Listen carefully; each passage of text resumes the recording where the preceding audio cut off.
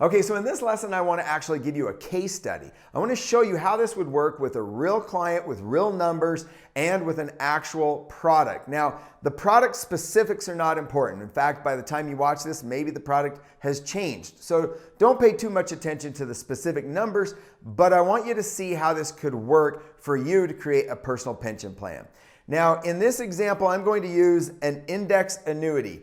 I like the index annuity because, in my opinion, it has the best of both worlds. You get some of that upside potential without any of that downside risk. But there's a number that I want to show you that is really important, and that is called the protected income value. It's another number that is different from your account value. So it has typically maybe even some bonuses associated with it. And generally speaking, it's actually going to grow higher than your actual account balance. So if you're looking at an annuity as a comparison with what you could be earning in a 401k in the market or something like that, that's not what you want to look at in this example, because the account balance here might be lower than this number of the protected income value. And this is the number that they're going to use to calculate your income during retirement. That's a bigger deal, and that's the number I want you to pay attention to as we look at some of these numbers. So take a look at this.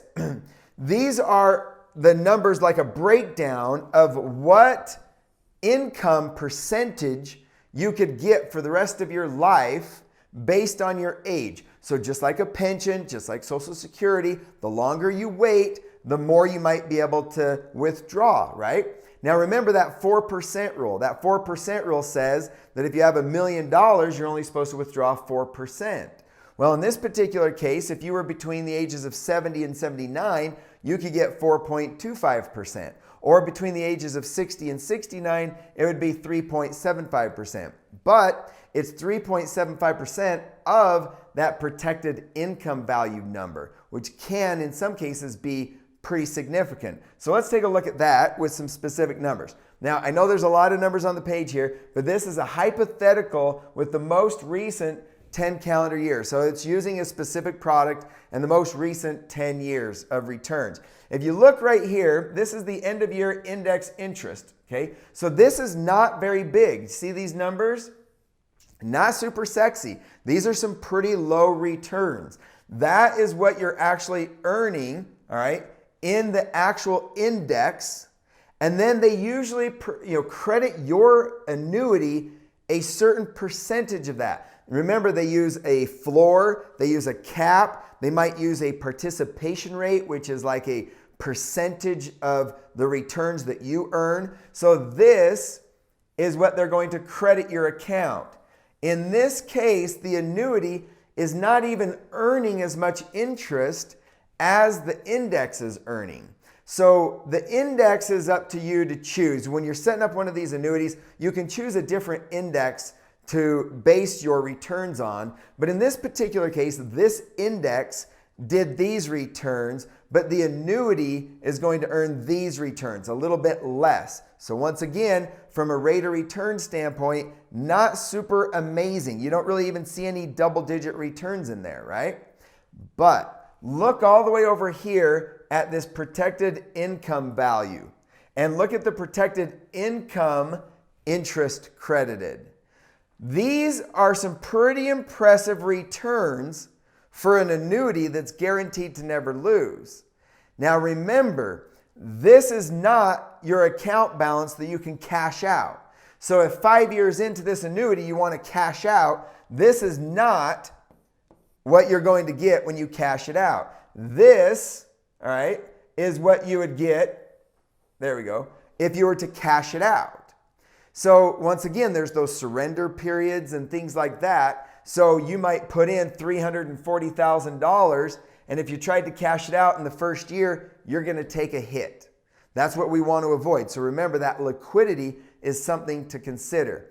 But check these returns out on an annuity for that protected income value, which ultimately is what your income is going to be based on. So if you're trying to buy an annuity for that guaranteed income during retirement, this is the number that matters anyway. If you're trying to buy an annuity just to grow your money, not the greatest idea compared to maybe what you could get in the market. But it's this that we're focusing on, okay? This protected income value. Now let's take another look here. Down here is when we're going to start taking out some income, right? So at age, in this example, it's between, what are we at? We're at age 65 to 66 is when this client is going to start taking out some income. Now I want to point out something really important here. In this example, the income is increasing. Now think about that. If you leave your money in a qualified plan or a 401k or an IRA that's in the market instead of an annuity, because remember, this can still be an IRA, but if you have your money in the market, you're supposed to put your money into something more conservative and maybe only withdraw 4%. That's where we got the 4% rule, right? Which means your income is going to be level during your retirement years because you're living on the interest. You're spending the interest so that you can, have that $1 million still so you don't run out of money. But in this particular case, your income is increasing, extremely powerful. And because your income is increasing, guess what's happening to the balance in your account? And even in your protected income value account, the balance is gone. But remember, we learned in our last lesson that guess what happens to your income after your balance is gone? It keeps growing, right? Now, what happens if you were to die? Well, if you were to die, your beneficiaries get whatever is left in your account.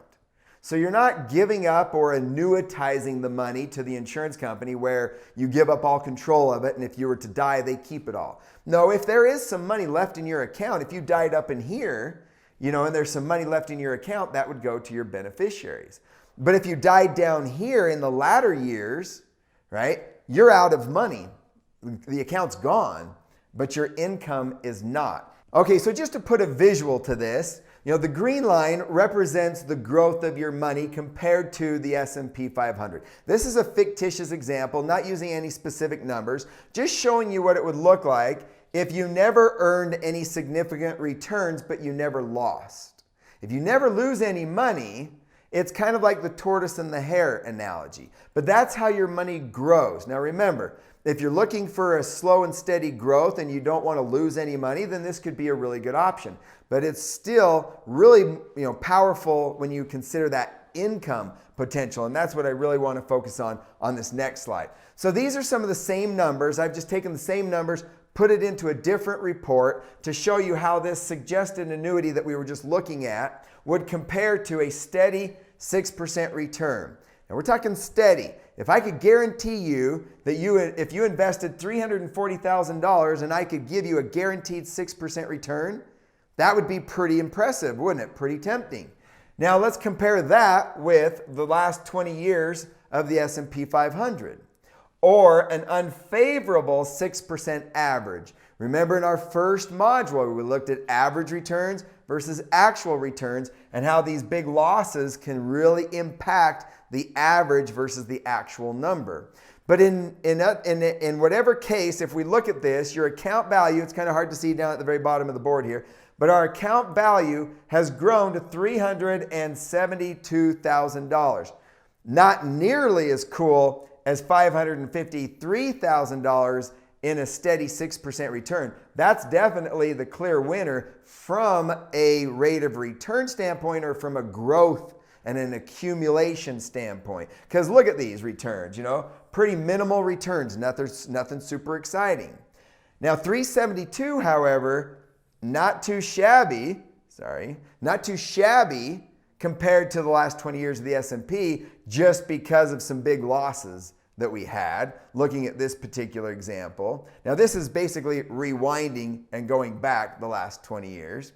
And then of course we have our unfavorable 6% over here, which is 262, actually one of the lowest of all of them, even though it's a 6% average return. Interesting, right? But none of this matters really if your focus is on that guaranteed income. It's not about the growth. Let's take a look at the next slide. As we see, okay, so we're at the 372 compared to 553, 291, and 262. But now we start to get the income. Okay, here's the income that we're getting from not this number, because remember, $349,000, I mean $54,000 a year is a lot more than 4% of $349,000. Because remember, this is your account balance, not the protected income value number. The protected income value number is much higher than $349,000, and that's what they're using to calculate that $54,000 of income. And here's the best part. As you get a return on your money, your income also goes up. Now, that is pretty impressive in and of itself, to be able to get that increased income to help keep up with inflation. And what's cool about it is if your income goes up, it can never go backwards. So as the money grows, if you earn a positive return, your income goes up. If one year you got a 0, your income wouldn't go up that year. But for every year that you get a positive return, your income is going to go up and then lock in that new amount.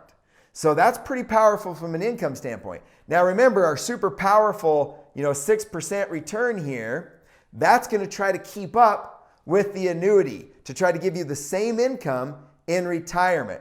And our other accounts over here, they're going to try to keep up as well, but they're going to fail. Now you can't really see it right here, but this is when that 6% actually fails as well. If we go on to the next screen, you can see that they're all out of money. Okay, you're 88 years old, and you better hope that you're dead because you've ran out of money in these other examples. But in the annuity, you have income that continues until you die. And it goes beyond 95. That's just what my report shows. But you could live until you're 120 years old, and it would continue to pay you an income. And not just any income, it would continue to increase your income every year that you got a positive gain. Now that's really powerful to consider, because increased income to keep up with inflation is really powerful. And the other thing to think about this is that mentally, we've been programmed our whole lives to earn an income and then spend it. Earn an income and then spend it, right?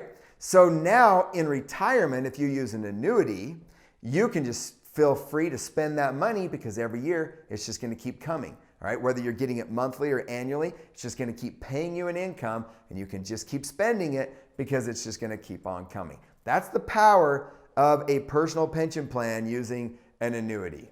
And of course, here's all my disclosures. I'm not trying to show you a specific product for you or for your example. A lot of things are going to be customized for each individual based on age and various things like that. And products change all the time. So these are just some examples of a current product that could be used, but the ideas are similar no matter what product you're using. So if you have any questions or if you want us to run some numbers, let us know.